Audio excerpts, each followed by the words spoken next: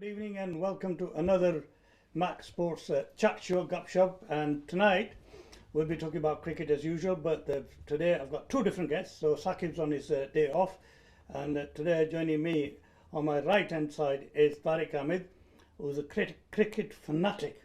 Been following Pakistan for a long time, but also follows all the other cricket. Good evening to you. Assalamu alaikum. Welcome, Salam. Thank you for giving me the opportunity of coming on. I'm really looking forward to talking about the cricket. Overall. Great. And on my left hand side, I've got Mahdi. He's another cricket fan who, until a few years ago, wasn't following it that much. He had fallen out of love with cricket. Yes. But he is now back in love with cricket because he loves his PSL and Pakistan cricket. Yes, that's right. But guys, looks like it's been a great day today for England. Mr. Crawley, Zach Crawley, who came in and has made the Pakistani bowlers crawl. Tariq Saab, what do you think? Yeah, good day for England. Obviously, I was hoping and I really felt confident that Pakistan would do a good job. When they were 4 down, I thought, yeah, we're going to get England out for about 240, 260. I would have settled for that. Then we would have got a match on, but now I think we're going to struggle to come back now. I think, it looks like it's going to be very, very tough for them to come back. I think it's no good praying for rain or anything because Pakistan are 1-0 down in the series. So, rain or no rain, this will be the first series we've lost to England over 10 years in England. Yeah, but I think, the last two have been drawn on there really, and they've been saying, well, how are you feeling today? Unless we get some early wickets tomorrow morning, so if they get Crawley out, Butler out, the Wokes out, and then I reckon the rest should just go. Hopefully, if we can get England out before 400 and Pakistan come in, strong partnerships, opening partnerships, that's the key. Shan Masood, Abid Ali, at least 100 by the time they get on, then everyone performs it. And my main is, I wish and I hope for Fawad Alam he can perform century. I'll make You're hoping he lost 8 balls this time? More like 800. Yeah, We need wish. You know, he's waited a long time for this opportunity, so I wish he gets a century.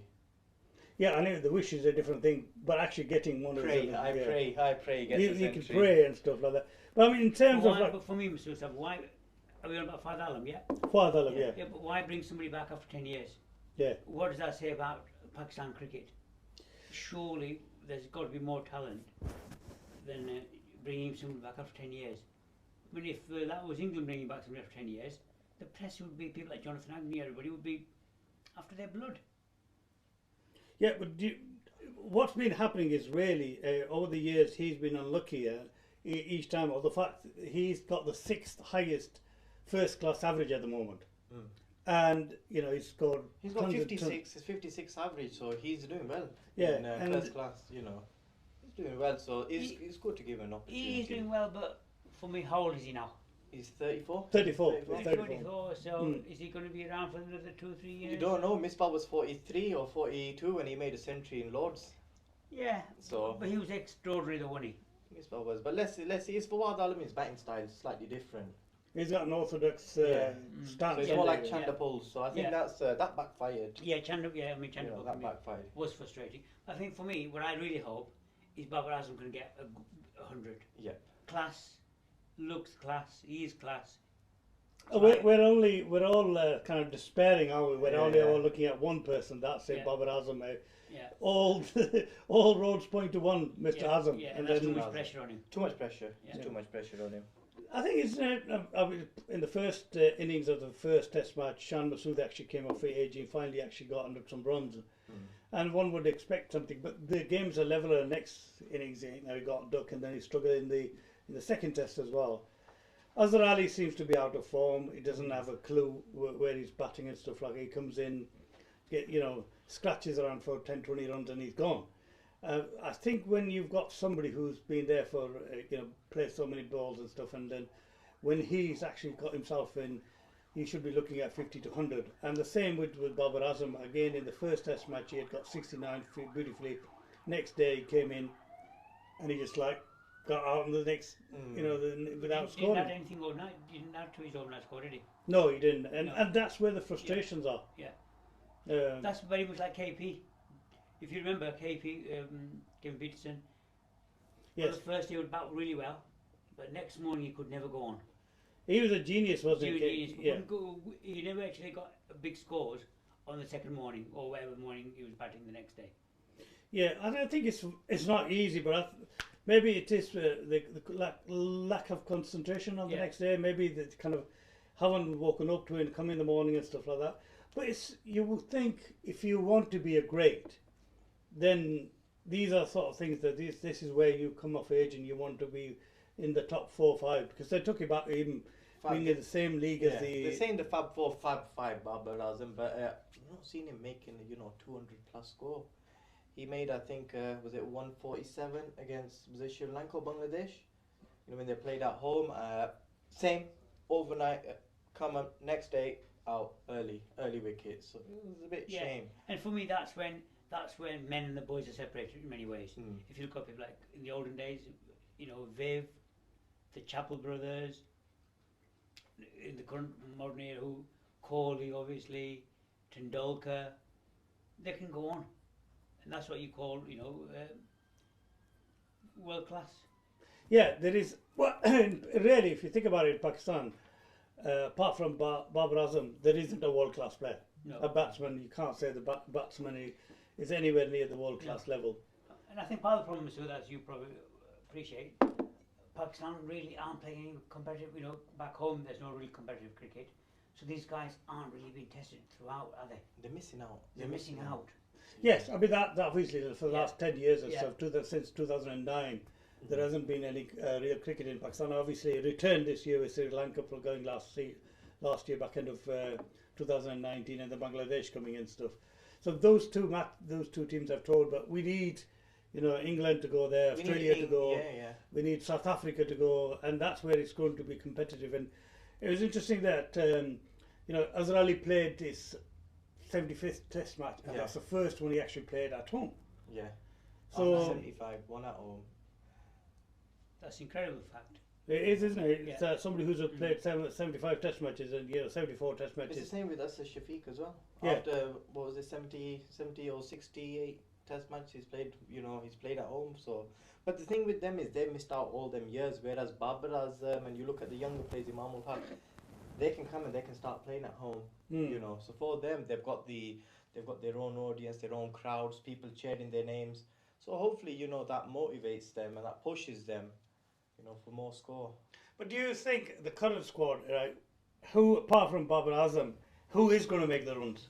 I mean, 332 for 4 England is a huge score, and Crawley has got them crawling because it doesn't, seem to be that he's not getting out. No, and they've not found out he's been in for, he's got 171 runs. Is it 19 fours? Wow. And he's looked comfortable from the moment he actually came in. He's really, really comfortable, and I don't know what is Pakistan players. The bowling side after they got the 4th wicket. You'd think get one more breakthrough. Yeah. Just Butler came in, and again is not out 87. Yeah. Okay, Butler's got 87. He's going to get 100 tomorrow. He'll get 100, and you know what it is? The partnership. It's just going on. And I've seen it when it was 4 wickets, and I thought, you know what? Alhamdulillah, Pakistan, they've got them. Same how Tariq Saab said, 280 all out. We're going next. In the next session, and we'll make a score. Unfortunately, each time I check the score and they're still batting and it's going on, and I'm thinking, oh my god! And I watched it to the last ball, and I thought, you know what, these guys, Crawley, hats off to Crawley, and also Butler. I mean, they played a fantastic. Yeah. I mean, Butler's, every time they've had a big partnership, he's been involved in this series. Well, in the whole of the summer. Well, you see, he's had a poor series behind the stumps, so he's been struggling with that. But he's actually made it up with all the runs that he scored, particularly the chase him and Wokes in the first Test match, when I don't think so many people expected England to get the 277, and when the 5th wicket went down at 117 for 5. I think England, Pakistan were favourites. Everybody thinks they're going to wrap them up in a half an hour. And it seems that it's the same thing that, today.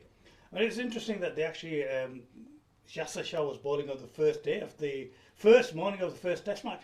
The first day of the Test match.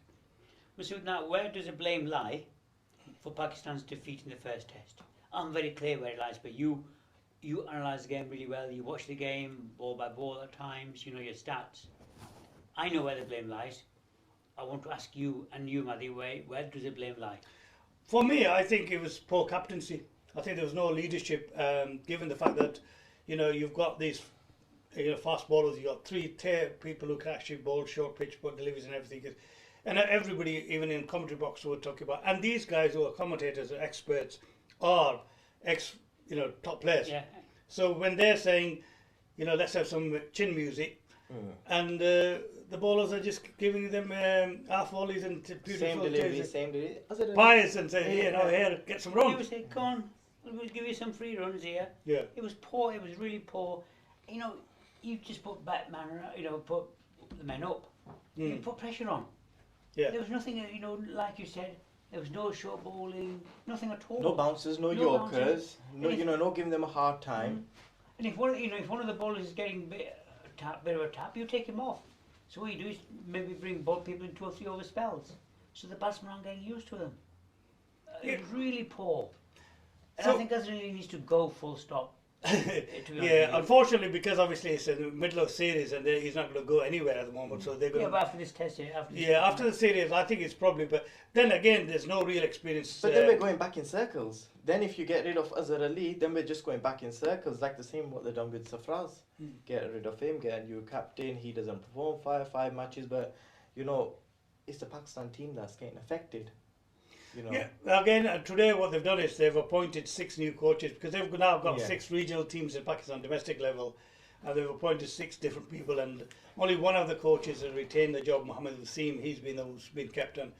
But the thing is, there's been a lot. I've been reading some stuff, and there's a lot of criticism of of PCB that the last previous 6 coaches were great coaches. So and so's great coach, and they've just been sacked. The question I want to ask people is, those who are saying that, they were great coaches, they shouldn't be sacked. Well, what have they produced? That's my question. If they're wonderful coaches, and this is what they've given us, then what on earth are we, really? Is that what they've been doing for the last, 6-7 years, or what they've been employed? And people, these ex-cricketers, brilliant, they love this name in the media and say, so-and-so was great coach, so-and-so was great coach, and they're bringing new people and destroying our cricket. Well, if you look at it international level, apart from Babar Azam, these coaches, who have they produced? Nobody. Since Yunus and Misbah have retired, and it's easier. I think what seems to happen. I mean, some of the experts, as far as I see, is they're friends with some of these cricketers. They've got everyone's got favourites and stuff. Yeah. As soon as you've got their friends are in the job, they won't criticise. They'll criticise the others, but not criticise the friends who got the jobs. I agree, and I agree with you. So, but for me, I'm a bit of a traditionalist, Masood Sahab, yeah. I like the long game, the test matches, and the 50 overs. I'll follow the 2020, but I'm not a great fan of 2020, I've got to say. And I'll probably get a very odd one out. And I'll probably get some views on the air soon. I think what we could do with back home in Pakistan is like what used to happen over here before, where overseas players used to come here and learn their trade.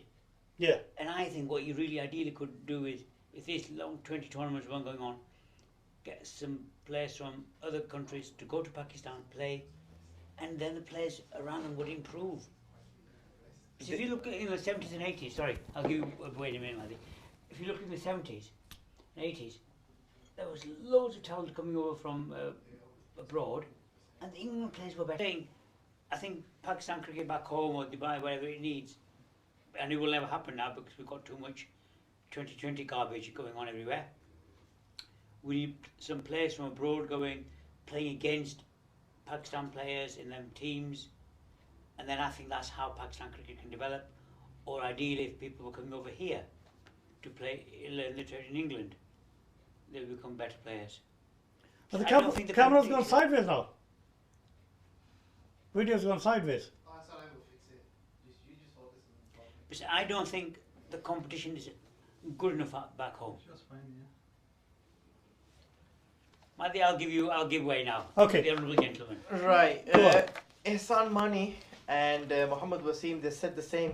They said they were going to bring some overseas players to play Pakistan. Wasim Khan, sorry. right, okay. Mohammed Wasim. Don't know where he's come from. But they did say they are going to bring some overseas players. Well, try. They're working on that because that's the new structure they've got. They want to bring some talent from outside, play the first class. So hopefully can improve the players. But having said Pakistani players, there are some. There's Babar Azam, there's Fakhar Zaman, there's a few others. Wahab Riaz. They're playing in England, so there's Somersets and all these county teams they're playing for. And it's a good opportunity for them to share the dressing room with overseas players, and a lot of them are playing T20s in different leagues, so the CPL and whichever league you go to, the PSL, Vitality Blast here, so they get a chance to share the dressing room with all these players. Yeah, well, the thing is, reality-wise, right? Okay, we've played the T20. You don't like T20s? I mean, I will look if it's a tournament, World Cup or whatever. I will watch that, but not on a just day out, tournament here, there, tournament there, here, there, everywhere. We just they're meaningless at times. The IPL just drags on and on and on for 6 weeks. No tournament should go on for 6 weeks. It's ridiculous. And the thing with the IPL is you don't know who's playing for who. They have this silly auction every year, wherever it is, however it's worked out. It's just a farce. Yeah, there's no real, in terms of link. No. IPL's more entertainment and just money. That's it. They go there for a bit of entertainment and they're earning huge amounts, of money, the players. So for them, it's a win-win situation. But the thing is, it's become like football. There's no loyalty in terms of who you're playing for. Before, it used to be in the county circuits when they used to be playing county, for example. And that was a bad rule in a way. When you played for Yorkshire, you had to be born in Yorkshire. Yeah. So in that respect, they used to have lots of disasters because they didn't play any overseas players and stuff. But most of the players who played stayed with particular counties for a long time. Or if you played in Pakistan, the domestic cricket over there was quite different. But in India, I suppose if you were playing for teams from your region, you stayed there. But with the IPL, it's like you play one season a year, somebody else buys you the following season, somebody else buys you the following season, and it is like Tariq is saying, it's a bit of a farce. But if it's a money-making scheme, so is cricket going down to making money, or is it just more pure? Are you still the purist, Tariq? Look, I can change. I go with the times. I think there has to be a balance of both. You've got to make money to survive, but you've got to keep some of the old kind of traditions. And I think with all the TV money in cricket and everything else, there is room for both. There is room for both. I mean, what the sad thing is, apart from England really, when there's a test match going on anywhere else, it's me and you and the dog named Who. Yeah, the Australians are still, in Australia, test match is still watched a lot. But here in Pakistan, for example, I know they talk about a lot of cricket fans and coming and stuff like that, but I can't really see test cricket being really good in Pakistan because in the past, before, hardly anybody did turn up. But I remember the series England played, there were a lot of people turned up during the matches and stuff. So it depends who's touring. Against Bangladesh, we did have people, it was full. So that's because I think they've been starved of the cricket for so long. In Karachi, I seen the Karachi stadium, there was, I think, was it even when there was an ODI or a T20 and it was empty. It was empty. There was probably about 11,000 people there watching it. But when they did go to the Gaddafi stadium, it was jam-packed full. Yeah. Well, I think when I actually was in Pakistan when the Sri Lankans were there back in September, so I was at that. Yes, we were supposed to go there. You didn't turn up. You let me down at the last minute. But I was across there. But during the first the 1 days there, because of what's happened in the past in Pakistan, the security issues were strict, and so there was a lot of security, and it took a lot of people time to get into the grounds. So trying to get into the grounds with all that security stuff, I think it does put people off because obviously it's not friendly. It's not, you're going through so many hurdles. But then what's been happening in Pakistan at the point means that you are not going to get, easy ride like the fans here. And I think for me, as somebody who had gone there as a fan, it was disappointing to see that the cricket that they were playing there, the number of fans, you are almost like going through security hoops in every single stage. You're so many far away. You parked a long way from there. There's nothing in between the time people were walking about half an hour to actually get to the ground. And when you were getting to the ground, by the time you got to the ground, there's nothing in the way. You can't buy any. There's no shops. There's nothing else important. Within also in the grounds, all the bags were checked and stuff like that. So I did think that puts people off. But in Lahore, I think it's slightly better. But that's where the T20s were played. Yeah. Sri Lanka won. Having said that, all the PSL matches were full. You go to Multan, and just Multan Stadium overall, beautiful, fantastic. Packed. Whichever stadium. Certainly, we like it. We like it. We don't like it. I think people will go to the shorter games. I mean, this new fast, they're going to bring in the 100 ball. Yes, the 100. The 100. I mean, what's all that about? Come on. Yeah, but are you, Tariq? You're still stuck in the past, I think. Well, I am stuck in the past, but He's an old timer. He loves his test matches. I do love. Yeah, well, the real cricket is test matches. There is a documentary on test matches. Is it dying? I don't know if you've seen it. It's on Prime, on Amazon Prime. So they're showing is the test match dying, but then they've done a documentary going around. And to be honest with you, most of the countries it is. If you go to a lot of the countries. But actually, the cricket itself is not, because cricket isn't. But it's the test matches have been brilliant. The last test match, the first test match was absolutely fantastic in terms of you love cricket, because it's ebbing and flowing till the end. If Pakistan had got another wicket earlier, then probably would have, it would have been a closer match than it was. So test match cricket is actually really fantastic, actually absorbing when you watch it over the 5 days. I know a lot of people think, it's commitment over 5 days and they can actually do it. But if you think, that's where the real, when Wasim or Carr or bowling over after over, one day games, it's a lottery, they can just get hit for, without any problems. But when it comes to actually, being in Test cricket, then you find out that you've got 6 different balls coming. Yasser Shah today was absolutely, magnificent. Somebody who bowled brilliant all day from day one. And although, he picked up the couple of early wickets, but again, wasn't really backed up today. So it's been a struggle. After tea, I don't know what they had for tea. Did you send any tea and biscuits from? Was they from Regal? I was thinking if I had sent any desi tea, hopefully they would have come out. They'd have took, they would have wiped the whole team out. But So we blame you then. no, not me. I didn't send them the tea. If I did, Butler and they were all would have been out. So maybe you should have sent the tea then. I should. I think I'm going to go there tomorrow with the big tea. Talking about tea, everything is. Are they getting desi tea? Maybe they're getting English tea, and that's why it is.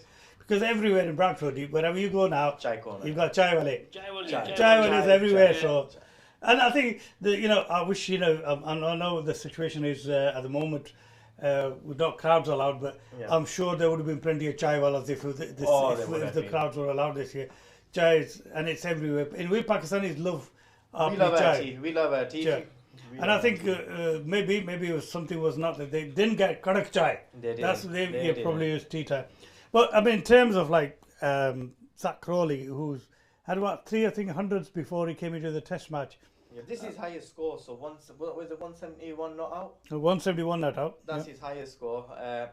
Don't know if he's gonna go for. What do you reckon he's gonna? I think he's on for a 200. I think he's on for 200. Yeah, I think, and Butler's going to get 100. He's a tall guy. I think if England put up 500 tomorrow, 550 first innings score, that, I mean, good night to Pakistan. So I'm prepared to tell you now, and I'll take you out for a meal if you want at Regals. Okay, free plug to Regals, they have to pay for this.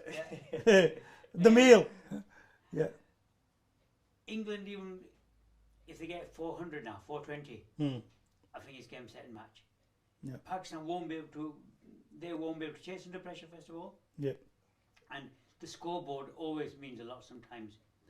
Yeah, the first innings scoreboard is a huge pressure, isn't it? Yeah. You got runs on the board, the team batting, comes in second is always going to be struggling, and they'll be looking at the scoreboard, and it's that scoreboard pressure which Pakistan usually can't handle. Pakistan can't bat under pressure, can't bowl under pressure. Sometimes, cricket is not about the skill sometimes.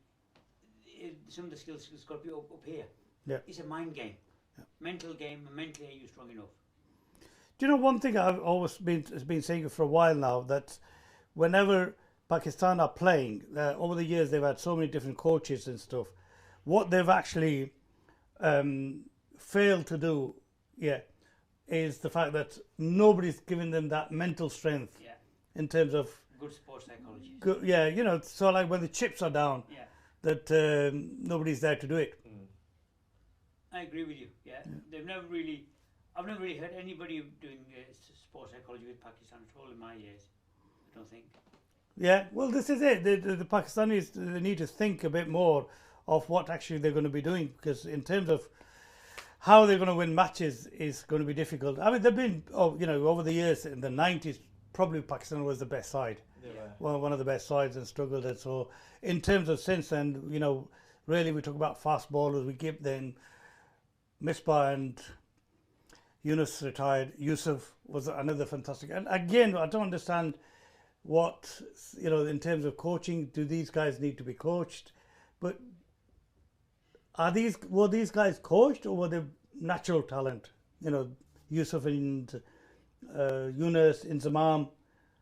I think people like Inzamam were natural talent. Simran just found him and said, right, come on. I think Wakar was very much the same. Wasim was very much the same. Yeah, these were raw talent, and if these people are not, and what I don't understand, so where the hell is that money being spent in Pakistan? They're saying, coaches and so forth and stuff, and X and Y being, and when I hear comments from people in around, talking about coaching and stuff, and the structure of domestic cricket has been destroyed by the current team, and everybody seems to be having a go at Wasim Khan, because he's a British one who's gone, an Englishman. Really gone into run Pakistan Cricket Board. Leicester guy, isn't he? Leicester and Warwickshire. He was chief executive at Leicestershire. But then, from my point of view, if you think about it, right, those of us who have gone from here, for example, he has gone. He's got his Pakistani heritage, and on one hand, in Pakistan, everybody says, should give us jobs. We've come in this country, okay, and we're making a living. Some of our lads who actually are born and bred in England are playing for England. Yet, we're asking for equality in this country. What is wrong with somebody going from, for example, from here of Pakistani heritage and going back and working in there? Absolutely And it seems to be there's a lot. I think if you give him some time, you know what, he's going to do a good job. That's what I believe. Masood, the great Richie Beno said years and years ago, give me 3 years and I'll bring you back world beaters from Pakistan. Yeah. And that was back in the 70s, 80s. The former Australian Richie Beno. But the thing is, it's again, boycott was talked about things. It did. In Pakistan, they've hired lots of foreign coaches over the years and stuff. To me, nobody's made an improvement. No. In terms of the one thing that Pakistan's always lacked. It was there for a while when Imran was in charge and stuff, and even during the 90s, there was that time when, wickets went down. Somebody would, buckle down, particularly when Yunus was around in second innings. He's had more hundreds. I think he scored more hundreds in second innings than in. Yeah. So somebody was, able to say, right, we've got to win this game. Pakistan is one of the sides who loses a match from a winning position. They bring a defeat from jaws of victory, and it's the other way around as well. They can do it. But at the moment, as Pakistan are, again, when you've got 4 or 5 wickets down, do you think they take the foot off the pedal? I think they take the foot off the pedal, and I think just mentally they go. Maybe they think, we've got this. I don't know, something just flicks. That's what happened at Old Trafford. Going back to your point about coaches from abroad, I think the only decent coach we had who could have got it sorted out, but everything sadly fell to pieces, was Bob Wilmer. Yeah. And sadly he died. Yeah, sadly he died. And I think Yunus has always credited a few of Inzamam said a lot of good things about him. That he worked and he had fantastic coaching abilities, and a lot of the Pakistan players are grateful to him for his input into Pakistan cricket. But currently after that we've had Mickey Arthur, who's done well in Australia. I think Mickey Arthur's done well. He's probably better than Misbah, because Misbah's more like just trialing everything out, But Misbah's got no coaching experience. He's just left, so he's still friends with the players. Sometimes you've got to detach yourself as a manager, as a player. There's got to be a kind of a distance up there at times. Otherwise, you're my mate, it's okay. If we let you play, that's not a problem. You got out on 10 zeros, that's fine. Yeah, because if on the same basis, Azhar Ali hasn't had a decent score away from home for a long time. His average is about 5-6 when playing abroad. Yeah, he still seems to be in the team. He's the captain of the team. Now, there's another thing is like if you're the captain of the team and you're struggling, are you going to get that kind of respect? Because people are going to turn around and say, well, what have you done? You know what? There's some people say he's a better bowler than batter. If you've seen his last ball, swung away, you know. Yeah. I think he's, you know. I always think, you know, yeah. I always think if your leader's struggling, then people aren't going to follow you. Well, what are you doing? Yeah. I always believe you've got to lead from the top, not from the bottom, look from the top. Do you remember Mike Braley? Yeah. Yeah, he was the one captain who was awful as a player himself. He probably didn't deserve to be in the team, but he was a fantastic captain. He's been to a long time before you were around. Before my days. Well, Mike Braley could actually, he was well read, well educated. Oxford, Cambridge, I think he was. He was a natural, what I would call, psychologist. Yeah. Yeah, he was a man motivator, so he could bring the best out of people. So if you remember, both of them was going through a terrible patch. Well, the whole team was in a mess. Yeah, well, both of them, again, one of those great all-rounders. When he was made captain, unfortunately he struggled. And I suppose that could happen to Babar Azam. You know, the people are talking about, he's got the T20 and the one-day captaincy at the moment, and if he was to be made captain of the Test team, I think he will struggle again. He's too young. Much pressure. I would leave Babar Azam alone. Just let him back. Say, right, come on. Yeah. Just go and make your number 4 or wherever you are at. Make it your own. Yeah. Yeah. Make that position your own. So I think for me, 3, 4, and 5 are really crucial. But who would be a good Test captain for Pakistan? You know, Shan Masood is the most likely candidate at the moment. He's the only one who possibly. Asif Shafiq is on his way out. He's older, and he's same with him. He's only got an average, I think, of 33 or 30. 38. He's on about 38, 39. But he's and batting at number 6. He's got more hundreds than everybody else. Oh. So he's got 9 centuries there batting at number 6, which you can't really, dismiss, because that is fantastic achievement. Yeah. Because nobody else in the world, and he's got the highest record. We need a solid middle order. That's what we need. That's what we're lacking in openers and middle order. So providing we've got this in place, hopefully, it doesn't matter. England make 500, 550, 600. Providing we've got this in place. Do you think these guys are lasting for Jafra Archer? He's back in England, isn't it, squad? He can. Yeah. Well, in terms of do we think Pakistan will? How do you think they'll do? Do you think what Pakistan need to do first thing in the morning? Well, first thing in the morning, keep it tight. Make sure drums aren't leaking, then wickets. I think the first thing they need to do is drink their karak chai, pray and get on that field and take them wickets. Need to get England out before lunch, really. If they stand a chance. But below 400 and 332 for 4 is at the moment. It's looking hard. No, Crawley can, get out there the next day, get on the first ball, first over. You don't know. It's hard to tell. What's the forecast for the next few days? It's a bit mixed, isn't it? There's quite a bit of rain is forecast for there. So we've had a lot of rain in Bradford, so I don't know what's going on down Southampton. But if it's anything like here, then maybe it'll just get washed away. Yeah, but that'd be no good anyway. So. Yeah, but it's been a great day's cricket. I would say I watched quite a lot of it. I just enjoyed watching that today, after the last Test match, which was absolutely frustrating. The weather was just. You watch rain stop play, 11 o'clock, another inspection at 12. We actually watched full days of cricket today. Yeah. I mean, that's what my plan is for tomorrow and Sunday. I thought no work this weekend. I'm not going to go into the office. Listen to cricket all day. Well, I'll tell you what, you're doing that. I've got a few things on my list to do, which is decorating. So I'll be again listening to. Thank you for tonight. That's fine. And we shall be back tomorrow evening.